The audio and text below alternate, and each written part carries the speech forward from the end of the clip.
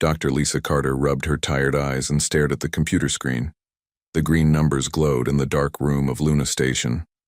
It was 3 in the morning Earth time, but space didn't care about human sleep schedules. She worked alone in the communications center, listening to the endless chatter of the galaxy. Most of the signals were routine trade messages or navigation beacons.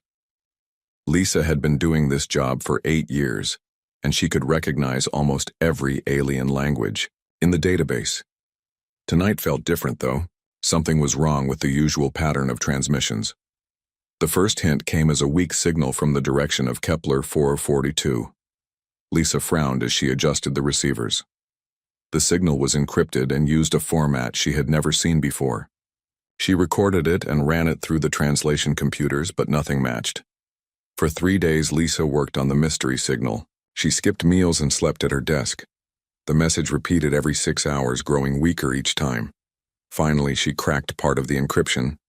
What she found made her blood run cold.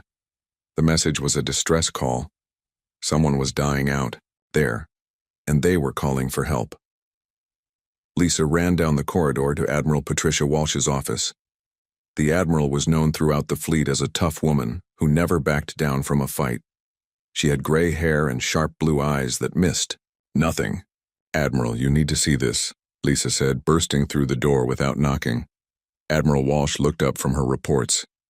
"This better be important, Dr. Carter. I have a budget meeting in an hour." Lisa connected her portable computer to the Admiral's main display. "I intercepted this signal 3 days ago. It's from the Kepler 442 system about 1,200 light-years away." The Admiral listened as Lisa played the translated message. The voice was unlike anything they had heard before, like crystal bells ringing in harmony. "Please, anyone who can hear this message.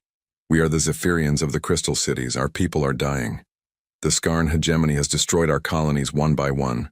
We are the last free settlement. They will come for us soon. We offer our friendship and knowledge to anyone who will help us. Please, we do not want to die alone in the dark." Admiral Walsh leaned back in her chair. "How reliable is this translation?" "I've checked it 50 times, Lisa said. The computer matched some of their mathematical concepts with known galactic standards. "This is real, Admiral. Someone is calling for help." The Admiral stood and walked to the window overlooking Earth. The blue planet turned slowly below them, peaceful and beautiful. "What do we know about these Zephyrians?" Lisa pulled up her research files. "According to our databases, they're a peaceful species that lives in crystal structures. They harvest energy directly from starlight and have advanced technology, but no weapons. The Skarn hegemony is different. They're a military empire that conquers other species and takes their technology." "How many Skarn ships are we talking about?" "Intelligence estimates over 200 vessels in their main fleet, Admiral.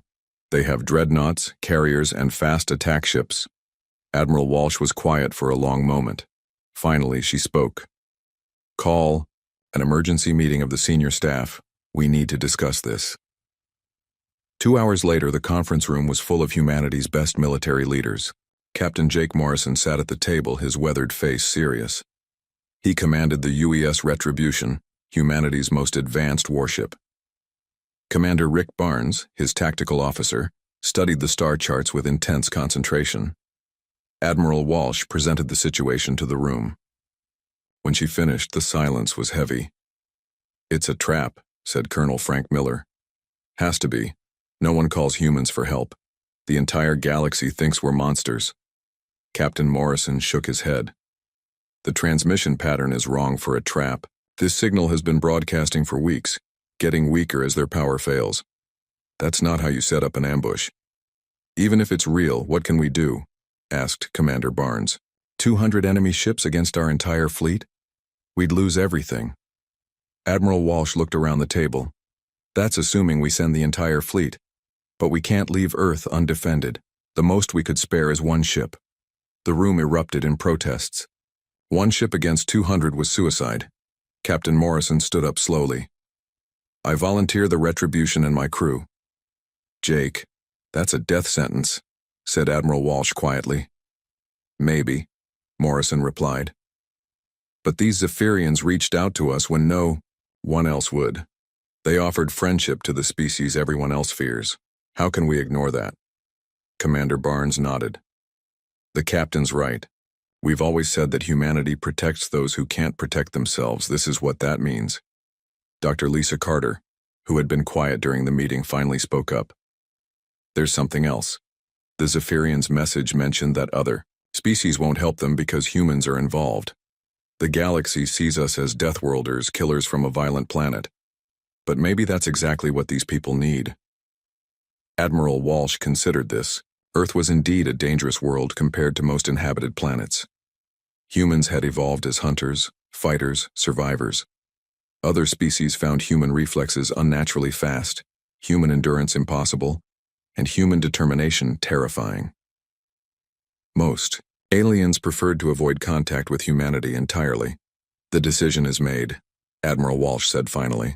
Captain Morrison, prepare the retribution for deep space deployment. You'll have full authorization to use any weapons or tactics you deem necessary. As the meeting broke up, Captain Morrison approached Lisa. Doctor, I want you on my ship. We'll need someone who can communicate with the Zephyrians. Lisa nodded. I've been working on their language. I think I can manage basic communication. 3 days later, the UES Retribution prepared to depart from Mars shipyards. The massive warship was 2 kilometers long and bristling with weapons. Her crew of 800 men and women represented humanity's finest sailors, soldiers, and scientists. Captain Morrison stood on the bridge as Earth fell away behind them.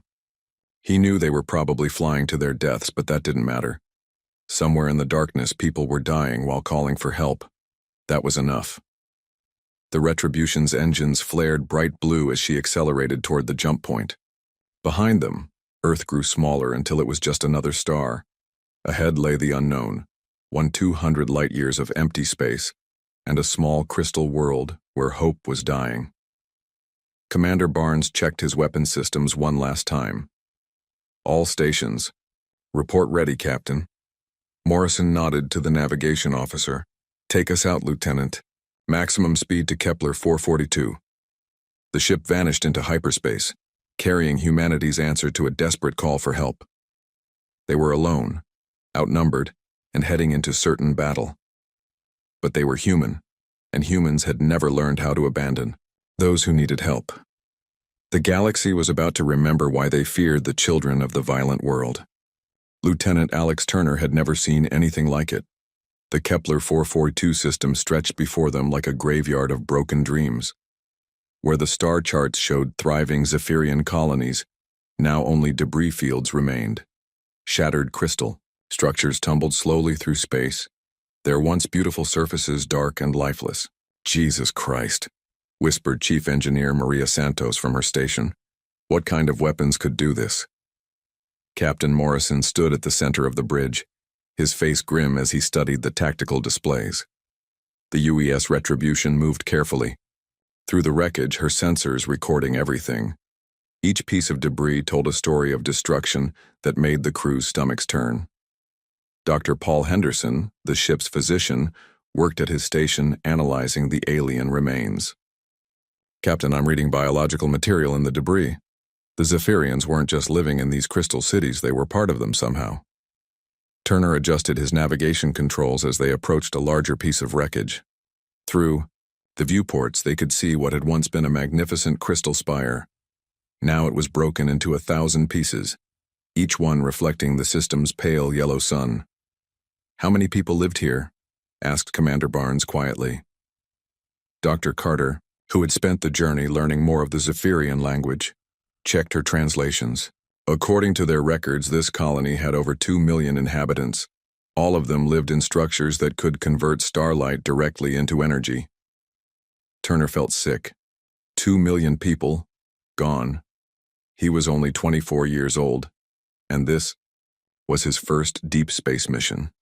Nothing in the academy had prepared him for this kind of wholesale slaughter. Contact on sensors, called out Sergeant Major Kate Phillips from the Marine Station. Multiple small ships bearing 27 Mark IV. Captain Morrison turned to the tactical display. Friendlies or hostiles? Unknown, sir. They're not broadcasting any signals, but they're moving away from us fast. Pursuit course, Lieutenant Turner. But keep us at a safe distance. Commander Barnes, weapons ready, but do not target them unless they show hostile intent. The Retribution changed course, her massive engines pushing the 2-kilometer warship toward the fleeing vessels. As they got closer, Turner could see the ships more clearly. They looked like they were made of the same crystal material as the destroyed colonies, but these ones were still glowing with internal light. "They're alive," breathed Dr. Henderson. "The ships are alive like the cities." Dr. Carter worked frantically at her communication station. "I'm getting something, Captain. They're transmitting in the same language as the distress call. The main DI." Screen flickered and suddenly they were looking at something impossible. The alien that appeared was like a living statue made of blue-green crystal. Light moved through its body in patterns that suggested thoughts and emotions. When it spoke, the sound was like music. "Strange ships from the violent world." The translation came through in Dr. Carter's voice. "We are resonance of distant stars, speaker for the survivors of the crystal cities. Why do you come to our place of death?" Captain Morrison stepped forward. "We received your distress call. We came to help." The alien's light pattern shifted in what might have been surprise. "You came? But you are the Deathworlders. Your kind is feared throughout the galaxy. Why would you help us?" "Because you asked," Morrison said simply. There was a long pause. Then Resonance of Distant Stars spoke again. "Follow us, humans from the violent world. We will show you what remains of our people." The small crystal ships led them toward Kepler 442b, the system's main planet. As they traveled, Turner listened to the translated conversations between Dr. Carter and the Zephyrian survivors. The story they told was one of systematic genocide. The Skarn hegemony had arrived 6 months ago with demands that the Zephyrians surrender their energy conversion technology. When the peaceful crystal beings refused, the Skarn had begun destroying their colonies one by one. Each attack was carefully planned to cause maximum fear among the survivors. "They want our knowledge of how to live with starlight, resonance of distant stars," explained. "But they do not understand that we are the light. Our cities, our ships, our bodies, all are one with the crystal matrix. To take our technology, they must destroy us." Chief Engineer Santos studied the sensor readings of the surviving ships. "Captain, their technology is incredible. These ships are powered entirely by the star's radiation. No fuel, no reactors, just pure solar energy converted directly into propulsion and life support." As they approached the planet, Turner saw why the Skarn wanted this technology so badly. The world below was covered with crystal cities that glowed like jewels. From space, Kepler 442b looked like a giant gem floating in the darkness. But even from this distance, they could see the dark scars where Skarn weapons had struck. "Population scan shows approximately 50,000 Zephyrians remaining on the surface," reported Commander Barnes. "But I'm also reading massive energy signatures in orbit on the far side of the planet." Captain Morrison's expression hardened. The Skarn fleet. Turner watched as the tactical display updated with new contacts. Ship after ship appeared as they rounded the planet's curve. Dreadnoughts the size of small cities, carriers launching fighter squadrons, fast attack cruisers, moving in perfect formation. "Count is now at 187 enemy vessels," Barnes reported. "More contacts appearing every few seconds." Sergeant Major Phillips checked her weapon systems. "Sir, recommend we pull back and call for reinforcements." "Negative," Morrison replied. "By the time help arrives, there won't be anyone left to save." Dr. Carter looked up from her station. "Captain, the Zephyrians are asking if we're going to leave now that we've seen the odds." Morrison smiled grimly. "Tell them that humans don't run from bullies. We're going to evacuate as many of their people as possible." The Zephyrian survivors clustered around the Retribution as they moved toward the planet. Turner found himself thinking about what Resonance of Distant Stars had said. The galaxy feared humans because Earth was a violent world that had created violent people. But maybe that was exactly what these gentle crystal beings needed. "Sir," called Dr. Henderson from his station. "The Zephyrians are sharing their biological data with me. They're not just similar to their crystal technology, they literally are living crystal matrices. The Skarn weapons don't just destroy their cities, they shatter their bodies at the molecular level. Turner felt anger building in his chest. These weren't soldiers dying in battle. These were peaceful people being murdered for their technology. The Skarn were committing genocide for profit. Engineering reports all systems ready, Santos called out. Weapons are charged, engines at full power. Captain Morrison looked around his bridge at the faces of his crew. They all knew the odds. 200 enemy ships against one. But Turner could see determination in every face. This was what humans did. This was why the galaxy feared them. Not because they were violent, but because they never backed down when someone needed help. All hands, this is the captain, Morrison announced over the ship's communication system. We came here to answer a distress call, and that's exactly what we're going to do. The enemy has us outnumbered, but they've never fought humans before. They're about to learn why the galaxy calls us Deathworlders. Turner adjusted his course toward the planet's surface where crystal cities still glowed with life. Behind them, the Skarn fleet was beginning to move. The massive enemy formation spread out like a net, preparing to trap the single human vessel. But the UES Retribution didn't turn away. Instead, she accelerated toward the planet, her weapons charging, and her crew ready for battle.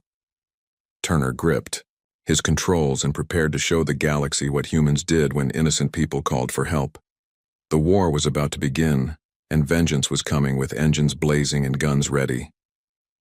War leader Thakmor studied the tactical display aboard his flagship with growing confusion. The single human vessel had entered orbit around Kepler 442b and was now moving in impossible patterns around the planet. His fleet of 200 ships surrounded the lone enemy, but somehow the humans kept avoiding his weapons. Status report, Thakmor demanded from his bridge crew. The human ship has somehow destroyed 17 of our vessels, his tactical officer reported. They're using the planet's gravity to accelerate beyond normal limits. Thakmor bared his fangs in frustration. The Skarn were a proud warrior race that had conquered dozens of systems. They fought in ordered formations with overwhelming firepower. But these humans fought like nothing he had ever seen. Aboard the UES Retribution, Captain Morrison gripped his command chair as the ship pulled 12 gravities through a tight turn around the planet's north pole. Most alien species would have been crushed by such forces, but human pilots had trained their entire lives for exactly this kind of punishment. Coming around for another attack run, Lieutenant Amy Foster reported from the fighter bay. Her squadron of 12 human fighters was preparing to launch, targeting the Skarn carrier group on the dark side. Approved, Morrison replied. Show them what Earth pilots can do. Foster's fighters launched from the Retribution's bays like angry wasps. The small ships accelerated at forces that would have killed most alien pilots, then scattered in seemingly random directions.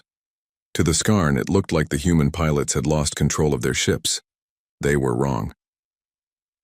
Foster led her squadron through the Skarn formation like a pack of hunting wolves. Her fighters moved in 3 dimensions, attacking from above and below where the enemy least expected them. The Skarn pilots, trained for formation combat, couldn't adapt to the chaotic human attack pattern. Fox 2, Fox 2, Foster called, as she fired missiles at a Skarn cruiser. The enemy ship's shields flared and died. Target destroyed, moving to the next one. Chief Gunner Ron Mitchell worked at his weapons station aboard the Retribution, finding new ways to use their armaments. Instead of normal torpedo spreads, he programmed the weapons to detonate in sequence, creating a minefield in space. When Skarn ships tried to follow the human vessel, they flew straight into the trap. Got another one, Mitchell reported as a Skarn destroyer vanished in a ball of fire. That's 23 confirmed kills, but the numbers were still against them. For every enemy ship they destroyed, 10 more took its place. The Retribution's hull began to show damage from near misses and shrapnel. Sparks flew from damaged systems as the crew fought to keep their ship operational. Chief Engineer Santos crawled through maintenance tubes, rerouting power around damaged circuits. Bridge, I can give you one more overload sequence, but after that the main guns will need an hour to cool down. Do it, Morrison ordered. All batteries concentrate fire on that dreadnought. The Retribution's main weapons fired in perfect coordination. Energy beams designed to punch through asteroid surfaces struck the Skarn dreadnought's shields. For a moment, nothing happened. Then the massive enemy ship's protective barrier collapsed and the vessel broke apart under the concentrated firepower. War leader. Takamura watched his flagship's sister ship die and felt something he had never experienced before. Doubt.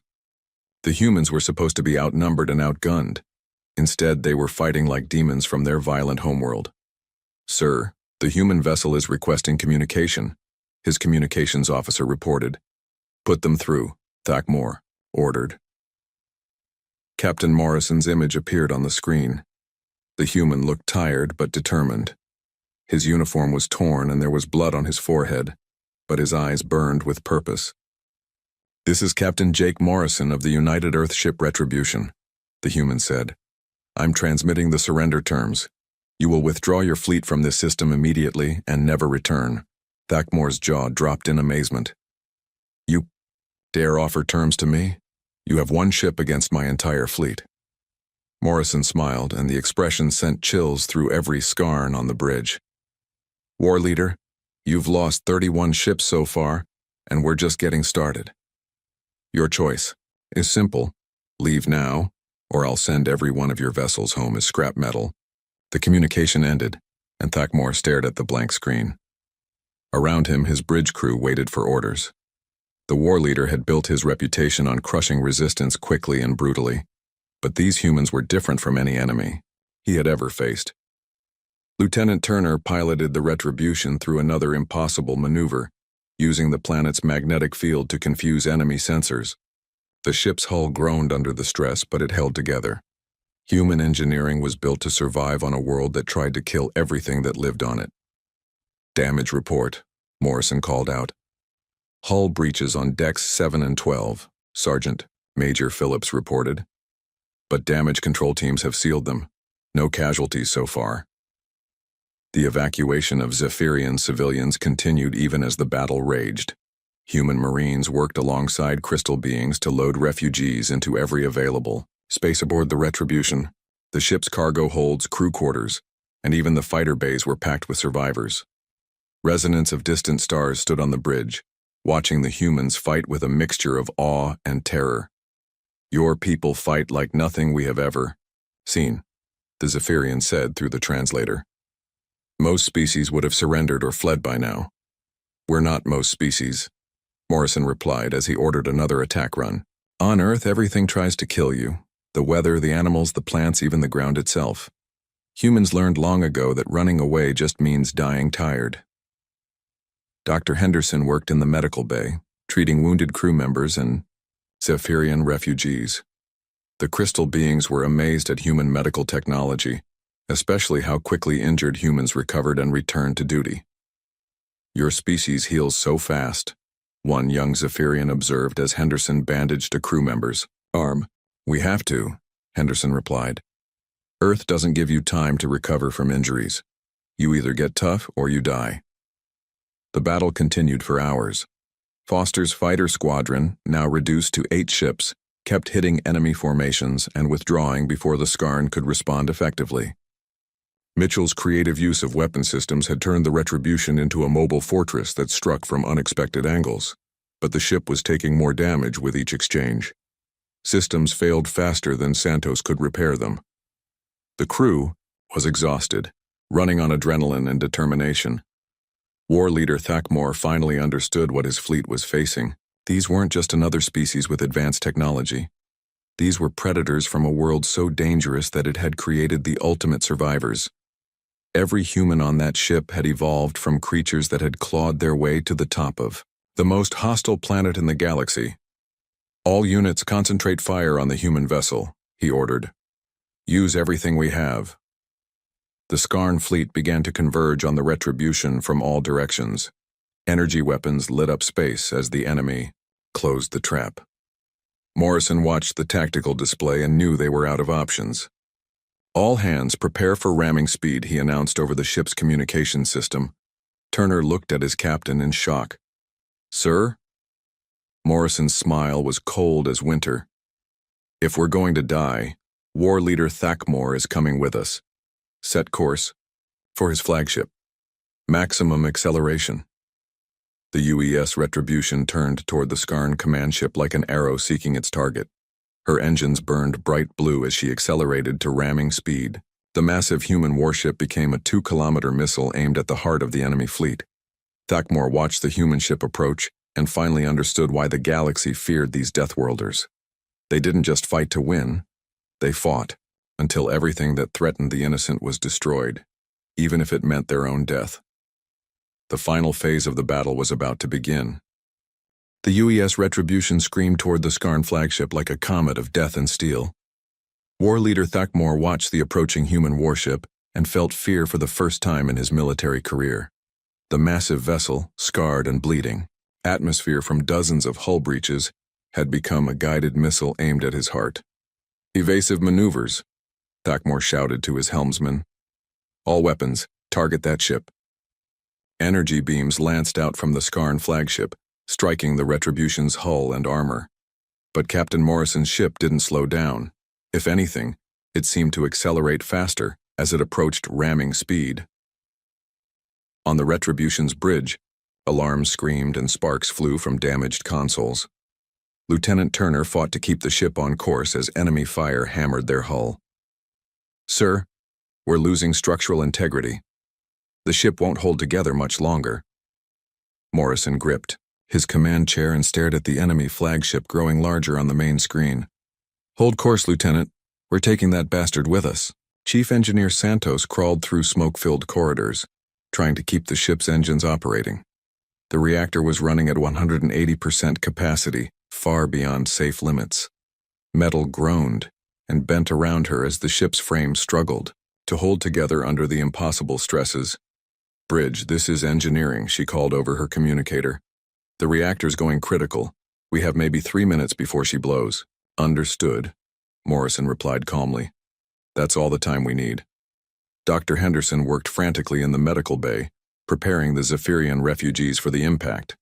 The crystal beings huddled together, their bodies glowing with fear and amazement at the humans' sacrifice. "Your people are dying for us," Resonance of Distant Stars said through the translator. "We do not understand this.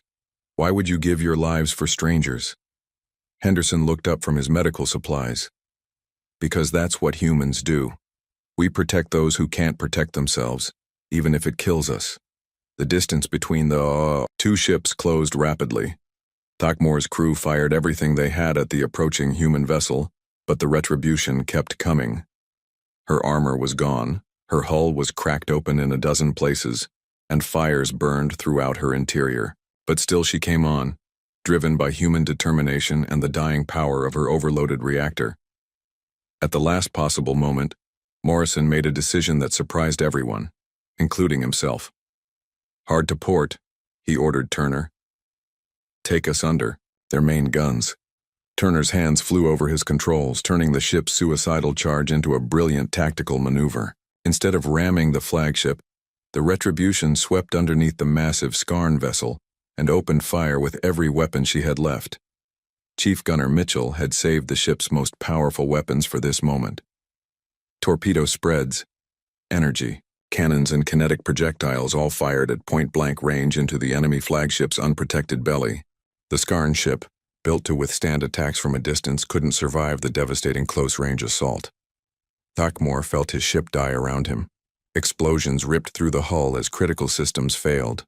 The bridge filled with smoke and the screams of his dying crew.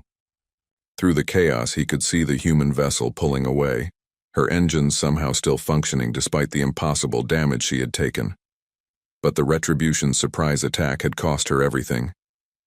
As she cleared the exploding flagship, her reactor finally gave up. The massive human warship went dark, drifting powerless through space as the Skarn fleet closed in around her. Commander Barnes worked at his tactical station, trying to restore power to the weapon systems. "Sir, we're dead in space. No engines, no shields, and only emergency power to life support." Morrison looked around his bridge at the faces of his crew. They were exhausted, wounded, and facing certain death, but none of them looked defeated. "How many enemy ships left?" 43 confirmed kills, Barnes reported, but there are still over 150 Skarn vessels operational.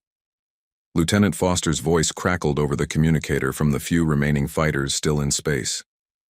"Captain, this is Foster. My birds are out of ammunition and low on fuel. What are your orders?" Morrison considered their options.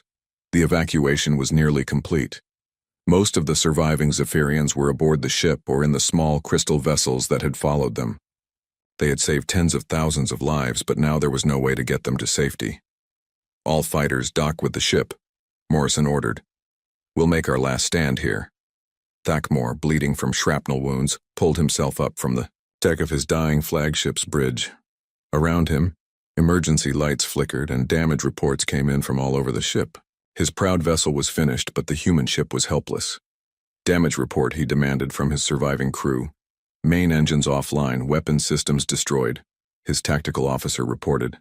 "But we can still coordinate the fleet's attack on the human vessel." Thakmor wiped blood from his eyes and stared at the tactical display. The human ship floated dead in space, surrounded by his remaining vessels. It should have been a moment of victory, but something felt wrong. "Sir," his communications officer called out, "I'm receiving a transmission from the human ship." "Put it through," Thakmor ordered. Captain Morrison appeared on the screen again. This time his uniform was torn and burned, and there was fresh blood on his face. But his eyes still held that terrifying human determination. "War Leader Thakmor," Morrison said, "I'm transmitting the medical records compiled by our ship's doctor. What you've done here isn't war. It's genocide. You're murdering innocent people for their technology." "They refuse to surrender their knowledge," Thakmor replied.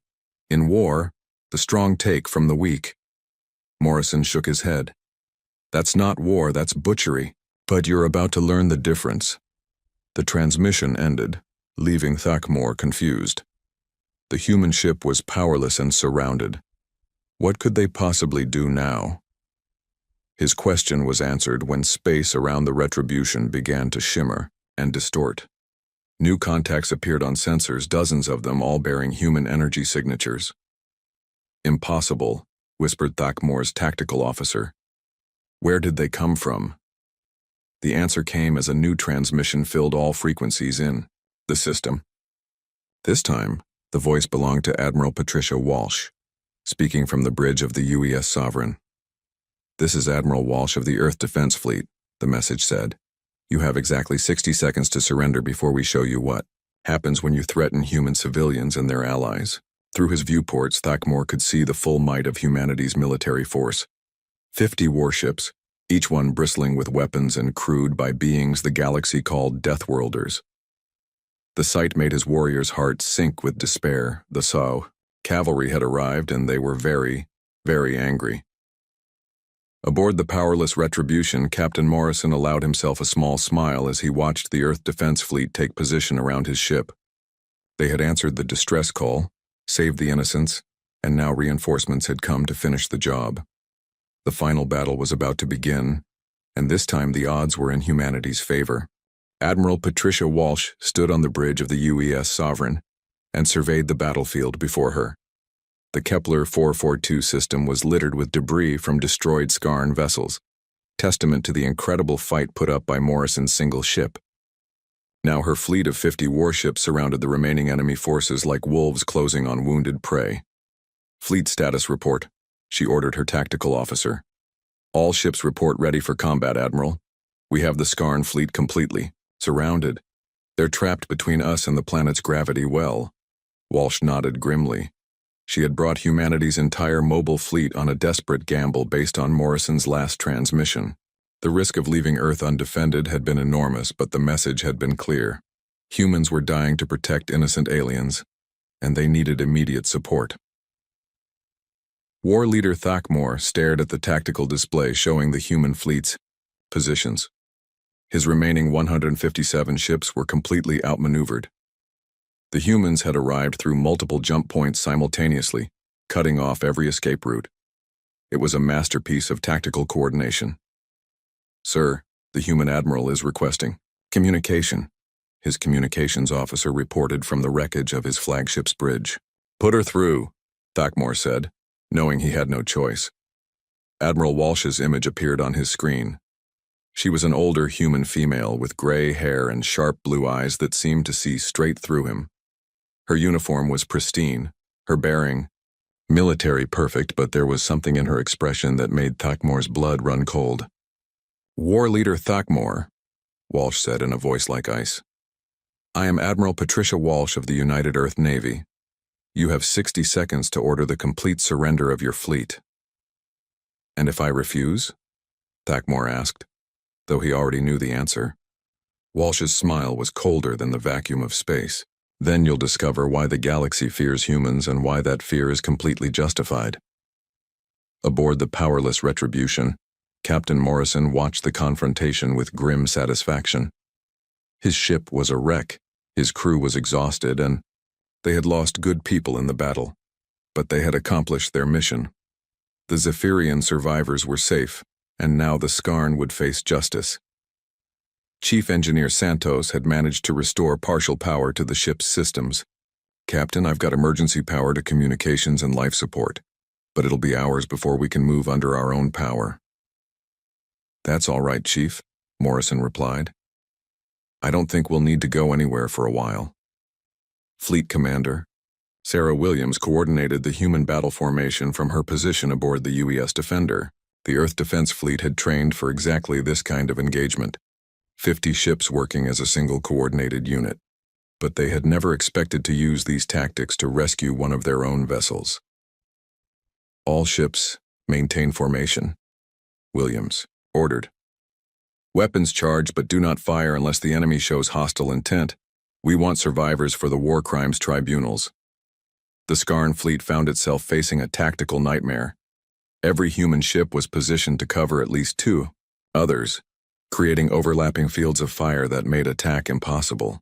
Any movement toward one human vessel would expose the Skarn ships to devastating crossfire from multiple directions.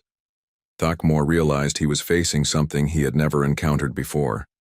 Human military doctrine applied on a fleet scale.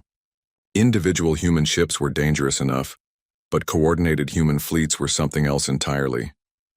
They moved like a single organism, each ship covering the other's weaknesses while maximizing their combined firepower. "Sir," his tactical officer reported quietly, "analysis shows we cannot win this engagement. The humans have us completely outmaneuvered."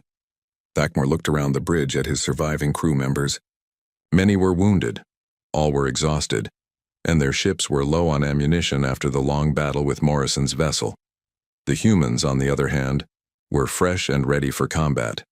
"All Skarn vessels, this is War Leader Thakmor," he broadcast to his fleet. "Stand down weapons and prepare for surrender."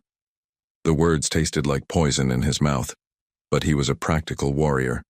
His people would live to fight another day, even if it meant accepting defeat now.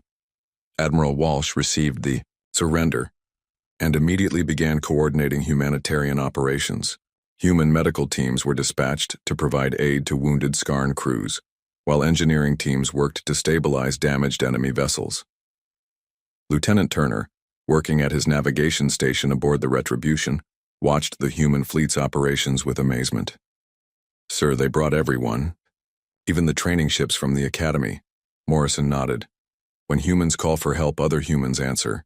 That's what makes us different from species like the Skarn." Dr. Henderson worked frantically to treat the wounded from both sides. The Retribution's medical bay was filled with human crew members and Zephyrian refugees, but he also treated captured Skarn warriors with the same professional care. "Doctor," one young Skarn prisoner asked through a translator, "why do you heal your enemies?" Henderson looked up from the bandage he was applying to the alien's arm. "Because that's what doctors do. We heal people, regardless of who they are or what they've done." The prisoner stared at him in confusion. In Skarn culture, enemies were to be destroyed, not healed. The concept of showing mercy to those who had tried to kill you was completely foreign. Resonance of distant stars moved through the ship, speaking with the human crew members and learning about their culture. The Zephyrian elder was fascinated by humanity's approach to warfare and justice. "Your people fight with such intensity, but then show mercy to the defeated," the crystal being observed to Captain Morrison. Most species in the galaxy believe, "You are monsters, but we see something different." Morrison looked out at the human fleet surrounding them, then at the Zephyrian refugees filling his ship's corridors. "We learned long ago that the strongest aren't always the ones with the biggest weapons. Sometimes the strongest are the ones who protect those who can't protect themselves."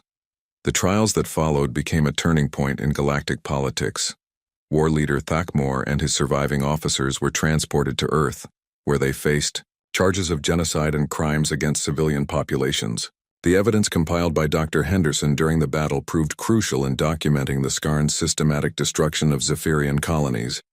But the real change came in how other species viewed humanity. Word spread quickly through the galaxy about how humans had risked everything to answer an alien distress call. The image of the terrifying Deathworlders began to shift into something new: reluctant protectors who would fight to the death for justice. Fleet Commander Williams oversaw the reconstruction efforts on Kepler 442b. Human Engineering Corps worked alongside Zephyrian survivors to rebuild their crystal cities. The two species discovered they had much to learn from each other. "Your people's technology is remarkable," Williams told residents of distant stars as they watched human construction crews installing new power systems in a crystal habitat. "We could learn a lot from your energy conversion methods." "And we can learn from your determination and courage," the Zephyrian replied. "Perhaps together we can build something better than either of our peoples could create alone." 6 months after the battle, Captain Morrison stood on the bridge of the rebuilt UES Retribution. His ship had been completely reconstructed with new technology based on Zephyrian crystal matrices. The hybrid human Zephyrian systems made her faster and more efficient than any ship in the fleet. "Captain," Lieutenant Turner called from his navigation station, "we're receiving a priority transmission." "From Earth," Morrison nodded. "Put it through." Admiral Walsh appeared on the main screen, but this time she was smiling. "Jake, I have news. The Galactic Council has voted to invite humanity to join as a full member species. It seems our reputation has changed. From feared Deathworlders to respected peacekeepers." Morrison looked around his bridge at the mixed crew of humans and Zephyrians working side by side. "What changed their minds?" "Word got out about what you did here," Walsh replied.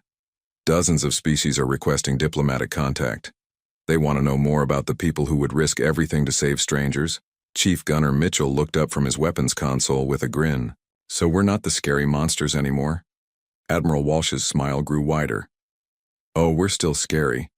But now they know we're only scary to those who threaten the innocent." The communication ended, and Morrison turned to look out at the rebuilt crystal cities of Kepler 442b. In the distance, human and Zephyrian ships worked together on patrol missions, protecting the system from future threats. "Course heading, Captain?" Turner asked. Morrison smiled as he thought about all the distress calls that might be waiting in the darkness of space. Somewhere out there, someone else might need help. Someone else might be calling into the void, hoping for an answer. "Take us home, Lieutenant," he said. "But keep the long-range sensors active. You never know who might need our help next." The UES Retribution turned toward Earth, her hybrid engines glowing with crystal light and human determination. Behind her, the Kepler 442 system was safe and rebuilding. Ahead lay a galaxy that was learning to see humanity not as monsters to be feared, but as guardians to be respected. The age of human isolation was ending, and the age of human protection was just beginning.